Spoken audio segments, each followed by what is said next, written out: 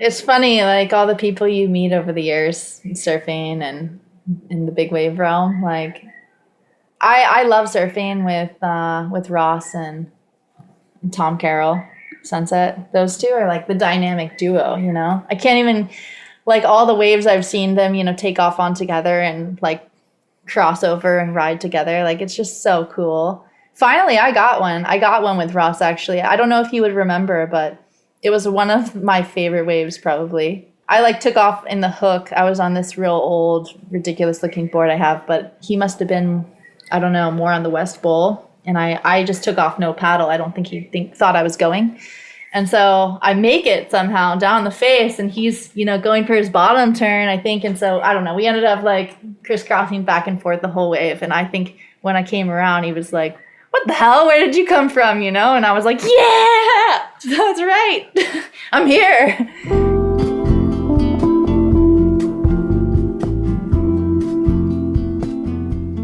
That was Emi Erickson. You're listening to Soundings, an audio series covering all things surf, brought to you by the Surfer's Journal. I'm Jamie Brisick, your host.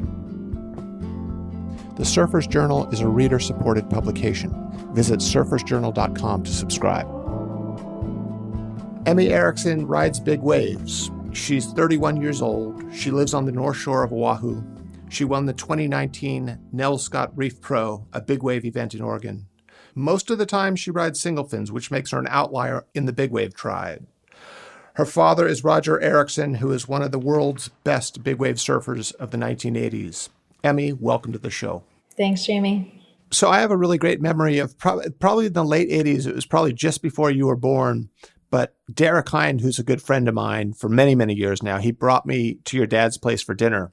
And it was just behind Sunset. It was, as I remember, it was a kind of apartment upstairs. And we had a great meal. And I was I was nervous and in awe of your father because I knew what kind of waves he rode. But the big wave scene then, I knew, Mark Fu, Brock Little, your dad, Derek Dorner, et cetera, but what's it like now to like, a big winter's day at Waimea? You paddle out, you get through the shore break, you're sort of in the rip, I guess, and you're working your way out to the lineup. When you get to the lineup, who do you see? What does it feel like? Well, there's definitely a huge changing of guard. You don't see a lot of those, older generation surfers anymore. Unfortunately, because I really loved surfing with them.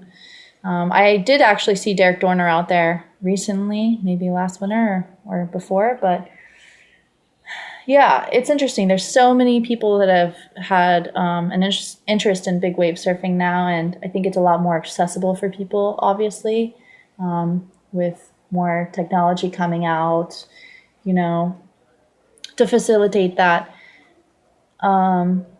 Yeah, it's a crowd out there. I'm not going to lie. I don't know. You see a lot of faces, a lot of friendly faces, and people, of course, that surf Sunset or the other spots, because we all kind of love all the same spots. If you're out at the bay, everyone, most people, you've seen them before, hopefully. Yeah, but there's a lot of new faces coming out and joining our ranks, and I don't know. It's such a crowd these days, and it has been for so long that I try to just say my hellos and then just like paddle out and wait, paddle a little further out. And then you've got like a 25 or 30 foot wave coming in, like a set of waves, right? And you're looking out and you see that. How does that pecking order or hierarchy work? Like whose turn is it? Or is it just, or do people sort of realize like, okay, don't mess with that person. That one has priority. I'm so curious. I mean, I surf in crowds all the time, and there's always that thing of skill level and then sort of how much of a local you are, right? Like there are people who are not necessarily the best surfers, but they've been out at that break every day for the last 20 years. So they get their waves. But like Waimea, there are a lot of people from out of town. How does it work? Let's see. How do I answer this without frustration? At times for sure there's, the pecking order type thing, experience or whatever, localism comes into play. But it's definitely been a crazy place to surf the last few years in particular. Everyone just goes and people don't even get out of the way. Even when there's a set coming, it just seems like people don't want to move. That's what it seems like to me. I don't know. I wouldn't be sitting inside where it's going to land. I mean, if you can help it, right? On a day specifically, like where, it's not like the biggest day of the year with cleanup sets. There's, it's breaking in the same spot. It's going to, the 15 footers break here, the 18 and 20 footers, they break there. So when it's like that, I want to surf like the bigger wave. That's always my hope, at least.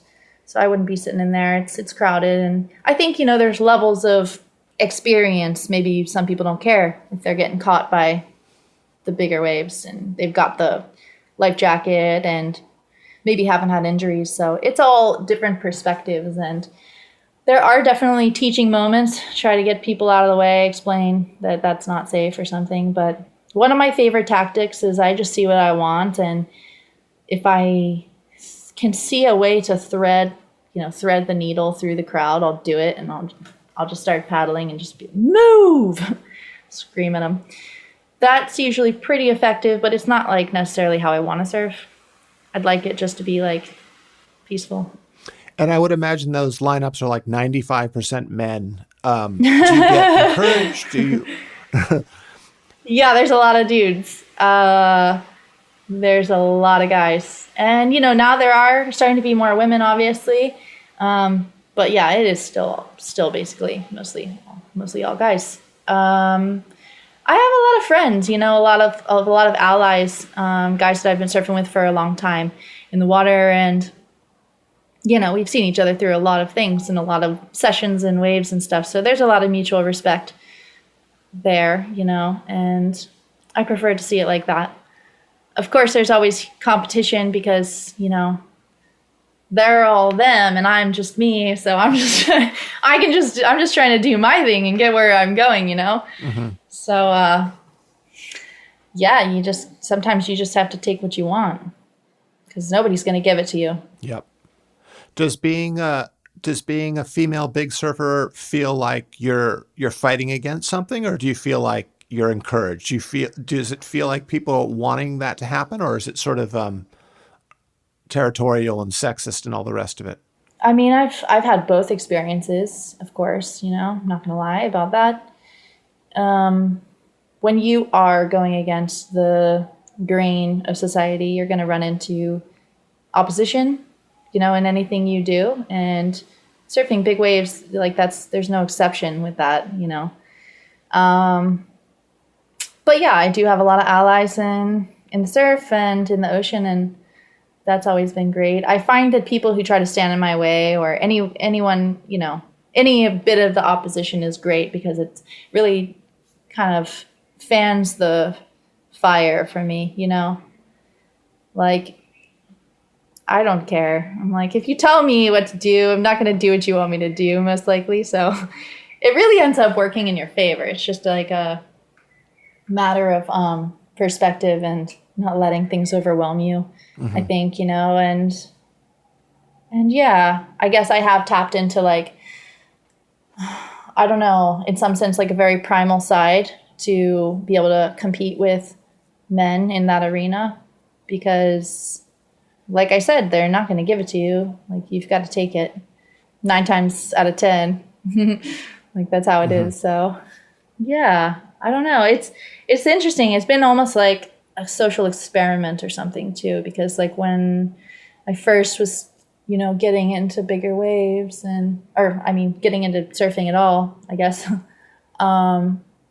there weren't a lot of women around. Like, really, I barely ever surfed with another woman at a big sunset or anything. And I had one friend who would surf with me a bit and for a few years. But, yeah, we were, like, if anything, we were usually the only 2 females in the water on big days. So, yeah, it's cool to see, like, more women empowered and more people in general. I don't know. I'm a fan of the tough love way to do things, though. So I'm always like, yeah, just time will tell, experience, Yeah. if I understand correctly, you started surfing at age 19. That is correct. Yeah. I guess it was kind of unlikely that I found my way back into the ocean and to surfing specifically, but yeah, I ended up back here on Oahu and boogie boarding my first winter back, and just basically only at sunset. I just loved it. I had an affinity for it from the start. So I just picked up a board from under Dad's place. He was living at Rockies then, and took it out to sunset, and that was that. Wow. It's so much later than most surfers in general, and especially folks on the North Shore. But so you were born on the North Shore, and then you moved to Virginia Beach for a while? So I was born here, and we lived here for part of my childhood and my sister's childhoods, and then left for Virginia. But it wasn't Virginia Beach; it was inland. Very different environment. That like huge contrast from like very bright, colorful Hawaii to the woods and like winter. For me, it was back to Virginia for a year or two, and then I got into UH and ended up back here in Hawaii. Wow. So coming to surfing at age 19, and then like how soon did you realize that you were comfortable in bigger waves? I mean, I know it sounds weird, but immediately I just knew it wasn't necessarily this fixation on big waves. I just really loved sunset, and I felt like coming back, with all these other experiences, like having this very vivid childhood of this picture in my brain, forever of like, light and heat and the water and like color. It really stuck with me my entire life, in other places. And we moved around so much that there wasn't very much of like a settled life that I lived from that point on. So when I came back to Oahu, something like clicked for me, and specifically like in the water at sunset. So it wasn't a fixation on big waves necessarily. Of course, there is that element, but I loved sunset, like going out there, even on a boogie board, to me, obviously something was resonating that just made sense, and it probably didn't make sense to anyone around me. They didn't understand why I was ditching classes at UH to, go ride the West Bowl. But yeah, it was like coming home.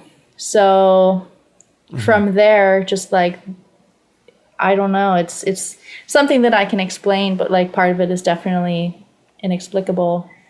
But I loved the power of being in that environment and that frequency. I think like over the years, I've realized that it's being in big waves and loving surfing sunset as much as I have. It's like helped me get to a higher level myself, because it's, it is that already, if that makes sense. Mm-hmm. Yep. Yeah.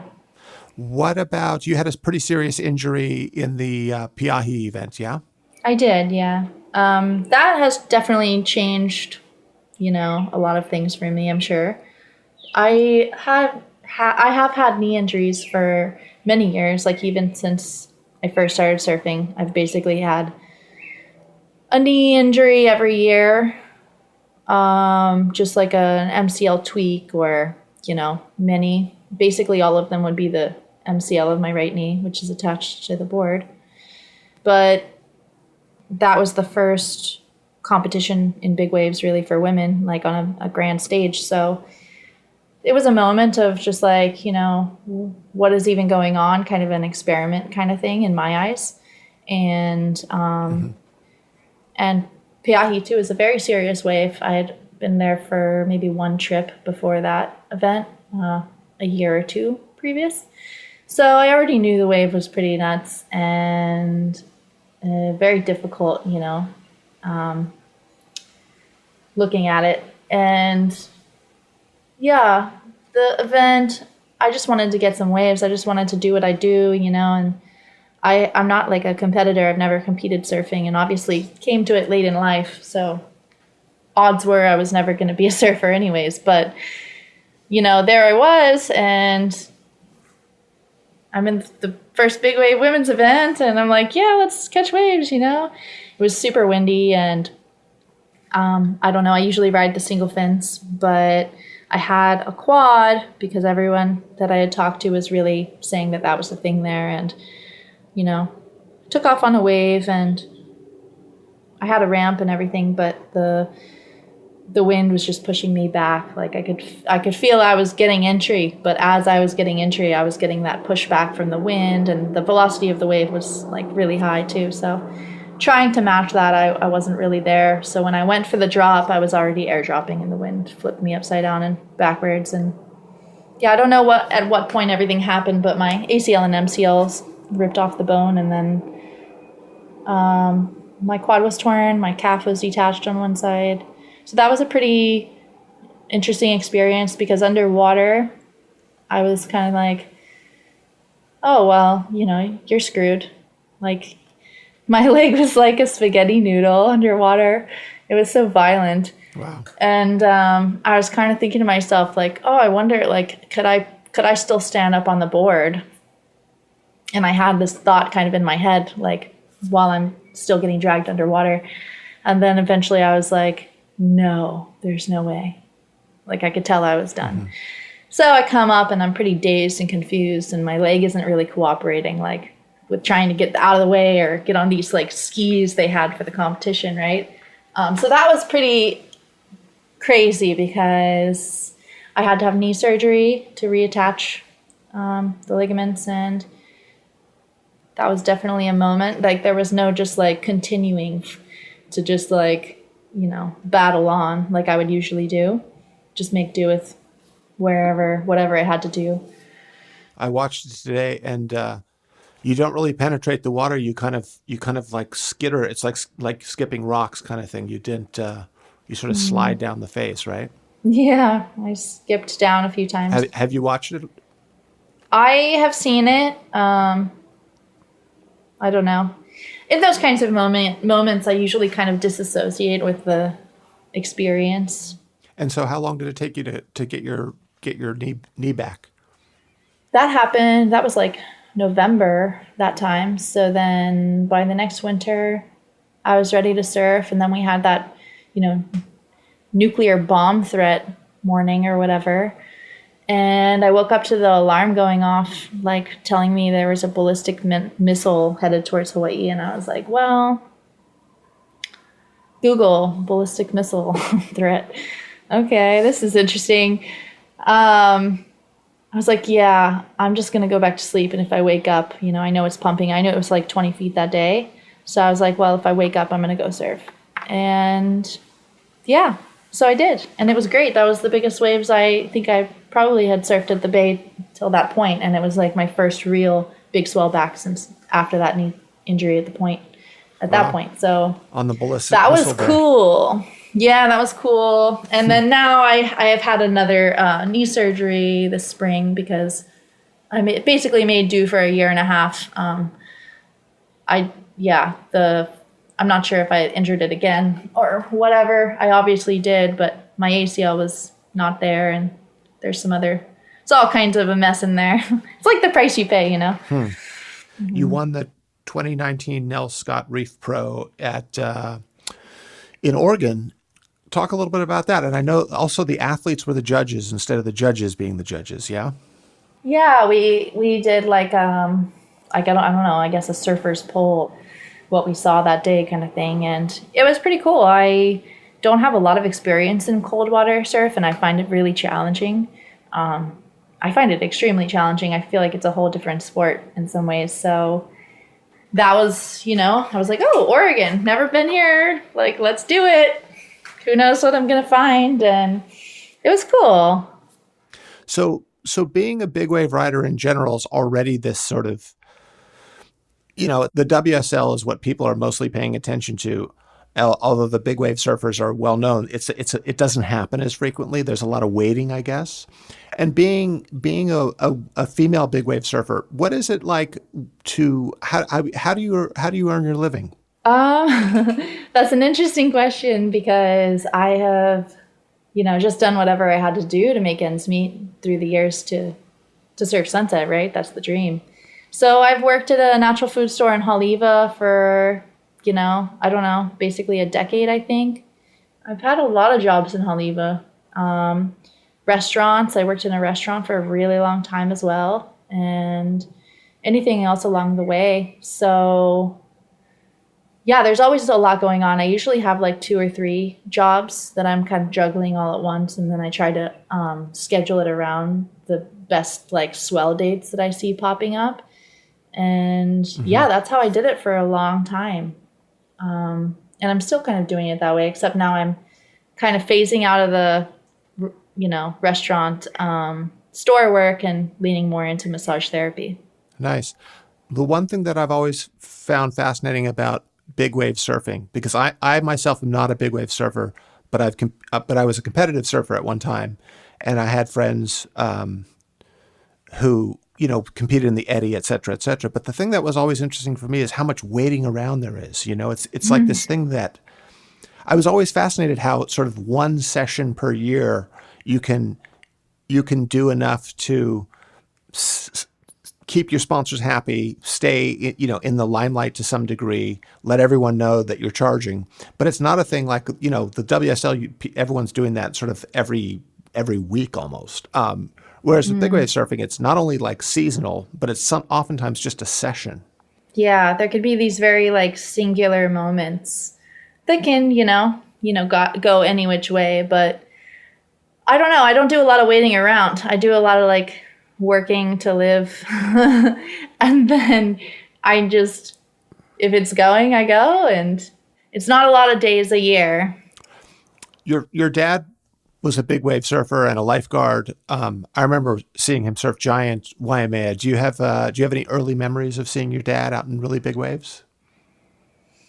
I do, yeah. But I'm not sure if they're like real or not.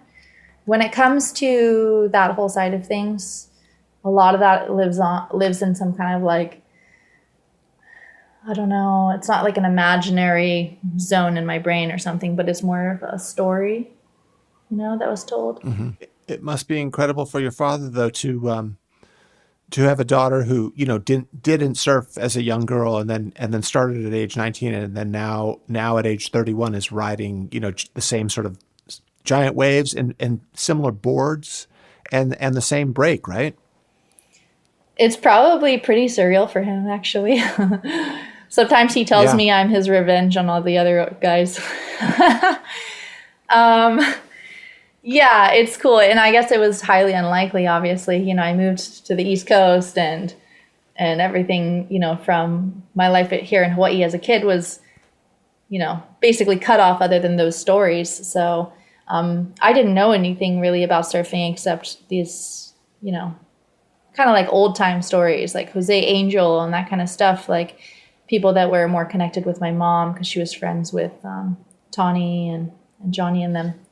So I don't know. Yeah, it's pretty crazy, like how over time things can change the way they have. And then I think it made it easier too for Dad to kind of, chill out and not surf as much, with older age. And he's not the kind of person who ever like gave up his momentum, though. Of course, he decided that he was going to be skating. So he started skating the skate park and dropping out on the bowl at 66 years old. So like, it's just been this kind of wild story. Yeah. I kind of took over the surfing, for us. And then he was into skateboarding and yeah.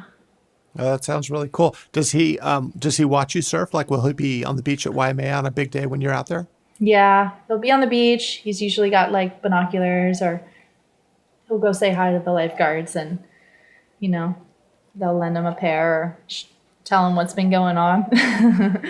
Yeah, that's pretty cool, Did he tell you where the secret lineup spot is, where you look on shore and you see the specific spots? He has his tips, yeah. For sure. It's been pretty cool being like more linked to the old school stuff than, having no roadmap. It's been good. And it's been a great anchor for me too, to like kind of have something to look to or hold on to. Let's talk about your favorite surfboard. Well, at this point, I have quite a collection of single fin, pintail, glass on, old school, wide point forward, super thick boards. But yeah, there's this one. It's a little under 10 feet that my dad shaped, a year or two after I was born, and that is this blue stripe board. And now it's like super yellowed. It's practically brown, but that is what really started, getting me into big waves from the beginning.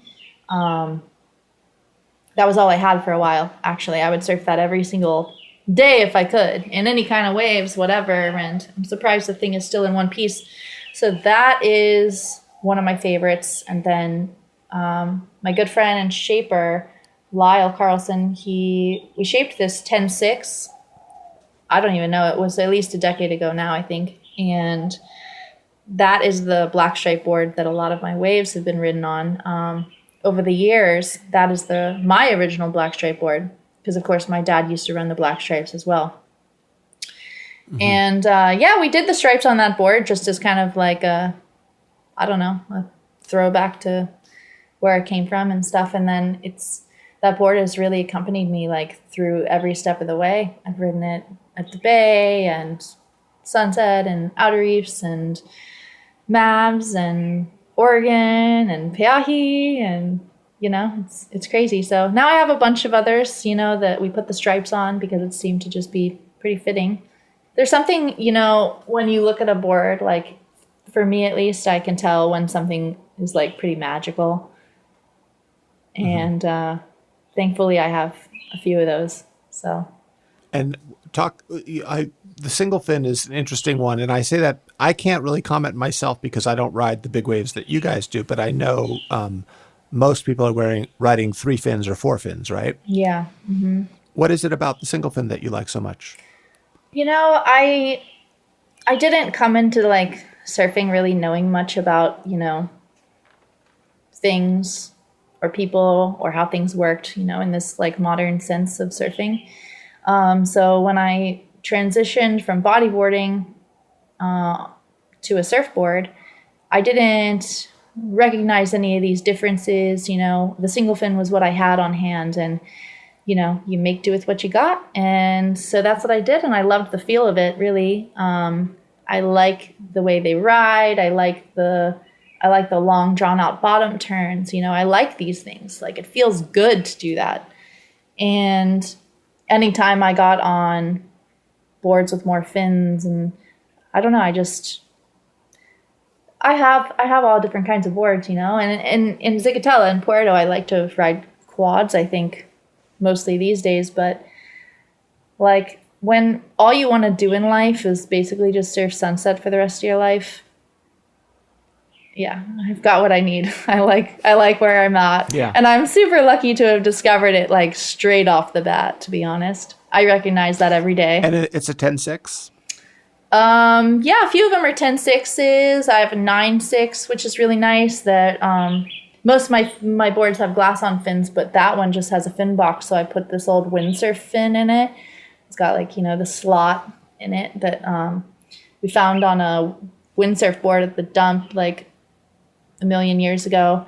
So I put that fin in it, and it rides so good. And I've never honestly pulled into bigger, gnarlier tubes at Sunset until like last fall. And it was on that board, that 9-6 with the windsurf fin.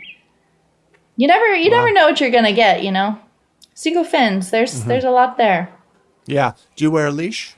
Yeah, I was wearing a leash. Sometimes I try not to. One of the winters a few years ago, like after another one of the MCL like tears, I did a winter of basically no leash, like only very occasionally, when there's like way too many people out, kind of thing, where you're like trying to protect them. But yeah, I don't have a problem swimming for my board or swimming in. I think that's one of the greatest tests, and for Sunset specifically. I know I talk about it so much, but it's just like, to me, that's kind of like a standard. If you can surf that place as big as it is, as big as it gets, as gnarly as it gets on any size, like even when it's washing out, and swim in and not have to be all, flailing, or just kind of keep her cool. It's like a real lesson in confidence and acceptance and all things basically. You can take any lesson you learn there and apply it to life, which has been very helpful for me. So that's kind of the standard in my mind if you want to surf bigger waves. And I think that kind of resonates with a lot of the old school guys too. So yeah, I find that Sunset and all the experiences I've had there, like that, and when it's washing out are super scary. Like, those have been way harder to deal with than, taking sets on the head at the bay. Waimea Bay has a very, like the Boyle, there's a specific spot where the wave breaks, but Sunset's kind of spread out over, it's a massive playing field, right? Yeah. It's like the kind of place you playing cat and mouse all the time. It's like some kind of like mental warfare game going on out there sometimes. But yeah, huge playing field, and you definitely have to tune in. I think that's one of the things I love most about it. You have to be so tuned in to really get the one you want out there. And even if you are tuned in, there's so many faces and facets to Sunset. You never know. Could take you 10 years. No, I mean, Sunset is one of those breaks where people have built their lives around it, right? I mean, like Peter Cole back in the day, Al Chapman, etc. It has, it's sort of held people's fascination. What do you think it is? What is it for you that keeps you, that draws you to Sunset? I mean, for me, it's like coming home. It's like, when I paddled out there and really started to realize what it was to me, it was like, that was what I was supposed to do. That was where I was supposed to be. Like, something that I never knew that I always knew. That was the feeling of, of discovering that, that place and the wave and myself in that environment. I feel like I'm really actually myself out there. It can be very empowering and very, just, you never know what you're going to get. I had this really great experience in, I think it was 1986 or 5. Anyway, it was the Billabong Pro. I was a pro surfer at the time. The trials were at Sunset one day. It wasn't that big. And then it kicked up giant overnight and they moved the contest to Waimea. Oh, really? And there was a bunch of, yes, it was 1986. Wow. And I was a rookie. And one of my fellow rookies was Ross Clarke-Jones. And so I love sort of been traveling around the world. He's the coolest. I love him too. So we'd been traveling for like a year, and we'd surf waves, 6 foot, 8 foot waves, whatever, but nothing really, really big. And when Waimea kicked up giant, I kind of watched like the making of a big wave surfer. Like, I mean, I think Ross had always been a charger, but I don't even think he knew he had that in him to go out and ride really, really big Waimea in this like totally sort of reckless way, just like throwing himself into these giant waves without even thinking about it. So it made me think, I sort of never looked at Ross the same way again after that, because I knew that I certainly wouldn't even, I wanted no part of that at all. Do you, and I know for you, it's probably very natural. Like you're like in the league of Ross. Do you ever sort of try to psychoanalyze, like, where does this come from? Or do you try to understand, like, is it genetic? Did you get it from your dad? Is it like you were always someone that wanted to push limits when you were, whether it was like riding your bike when you were 5 years old off the curb, or like, I guess I know it's a funny question and I know it's hard for you to sort of look inward in that way, but I wonder where it comes from. Oh, I've done a lot of soul searching over the years. You have a lot of time between sets sometimes, on the big days. But even at any other time, like, you're thinking about big waves, or like, how did you get here? Why are you doing this? Like, why are you foregoing all these other opportunities in life to just basically be available for a big swell whenever it comes up, right? So, of course, I've asked myself those questions. I don't know. Maybe it is something genetic in a way, like something that my parents tapped into. They're both such like amazing, colorful characters, and maybe something in like the PTSD from Vietnam for my dad, like really, that chaos is a comfort zone kind of thing. Definitely maybe passed down to me. I think it's always been in my nature, because growing up, like, I've always been told, at least by my family, that I'm super stubborn and whatever. But I like to think of that as more like strong-minded and strong-willed. And yeah, I mean, I definitely had my share of like little crashes and things when I was a kid. So I still didn't see it coming myself, really, this whole big wave thing. But it's been so good for me to have it as an outlet. And I don't know. I honestly don't know what I would be otherwise. Like what I would do with my life. I have no clue at all. You know, when you think of it that way, it's like, oh, thank God you discovered surfing. Like, Yeah. yeah, but I don't know if I'm in the league of Ross, like as you put it, because he's another animal, and I love the way he surfs sunset, and oh man, what a fun human being. And when he surfs the bay, I'm like, well, you're almost like unhinged. Like, this is great. I love it. Yeah. I'm digging it. Yeah.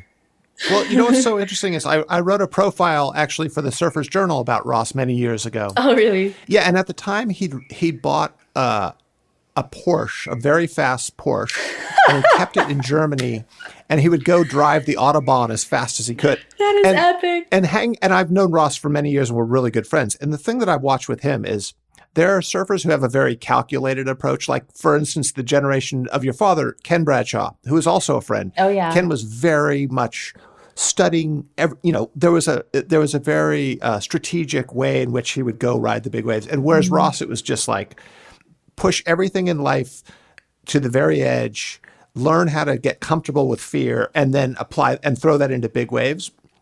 And a lot of, I've truly seen Ross like paddle out into giant waves without even looking, like didn't even really take time to see what's actually going on out there. Yeah. But those, it's just interesting, those approaches, because you can, if you're, like talking to Ross about waiting for the eddy to happen, right?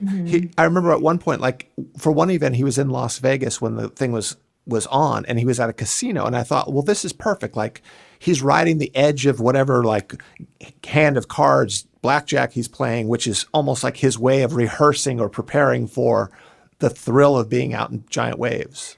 It's funny, like all the people you meet over the years surfing and in the big wave realm, like it's crazy. I love surfing with Ross and Tom Carroll, Sunset. Those two are like the dynamic duo, you know? I can't even, like all the waves I've seen them, take off on together and like cross over and ride together. Like it's just so cool. Finally, I got one. I got one with Ross, actually. I don't know if he would remember, but it was one of my favorite waves, probably. I don't know, just because I like took off in the hook. I was on this real old, ridiculous looking board I have, but I love it. And I took off in the hook, and he must have been, I don't know, more on the West Bowl. And I just took off no paddle. I don't think he thought I was going. And so I make it somehow down the face, and he's, going for his bottom turn, I think. And so, I don't know, we ended up like crisscrossing back and forth the whole wave. And I think when I came around, he was like, what the hell? Where did you come from? And I was like, yeah, that's right. I'm here. That was so fun. I'll never forget it. Yeah, you big wave surfers are a unique tribe. And I was at the Nazare event, I guess it was like 2 years ago now. It was right before COVID hit hard. I was in England at the time, and I flew over to Portugal for it.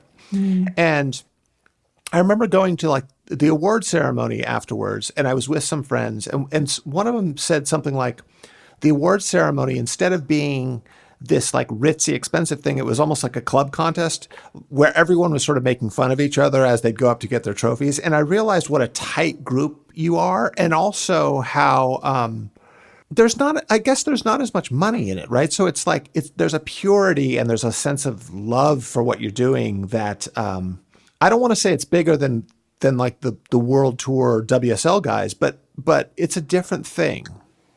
I mean, yeah, like there isn't a lot of money in it for a lot of people, So, if you're like still willing to like fight, and fight for it and, do whatever you got to do to pursue your passion, like that really says something. And like, I've been thinking lately, about my whole experience the last, I don't know how many years. And I often felt like not many people believed in my dream or whatever that I saw. But it was fine because, like, I believed in it, Like, if you keep going down the road that you want to go down, like, you're gonna make it somewhere. Yeah. So I think it's cool, like, to put so much soul and effort into something, and for who knows how many moments a year or even a lifetime, it's a journey. For sure. And there's longevity in big wave surfing in a way that there isn't when you're in the school of air reverses and, flip turns and what have you.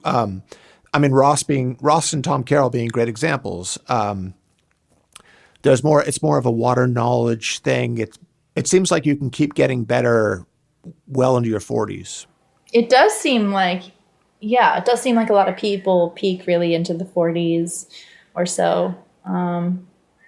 I think I was talking to Bradshaw a few weeks ago, and he told me he caught his biggest waves when he was like 50 or so, something around that range. Right. And I remember my dad was really, part of his heyday was really in his 40s. So, yeah. It's sport and age, like, who's to say? It's all such on an individual level, and then, like, your mind matures at such a different rate as well. And with something like big wave surfing or extreme sports where you really have to tap into something else that normal humans, I don't really think, tap into, that takes time or experience, maturity. You never know when you're going to get there or if you will. Thank you so much. That was really fun talking to you, Emi. Yeah, thank you so much, Jamie. Ciao.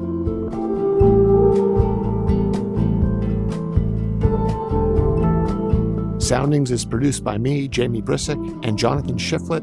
Our theme song is Neptune's Next by Little Wings. The Surfer's Journal is a reader-supported publication made possible by sponsorship from Birdwell, FCS, Patagonia, Rainbow, Vans, Vissla, and Yeti. To subscribe, please visit surfersjournal.com. Thanks so much for listening, and we'll see you again.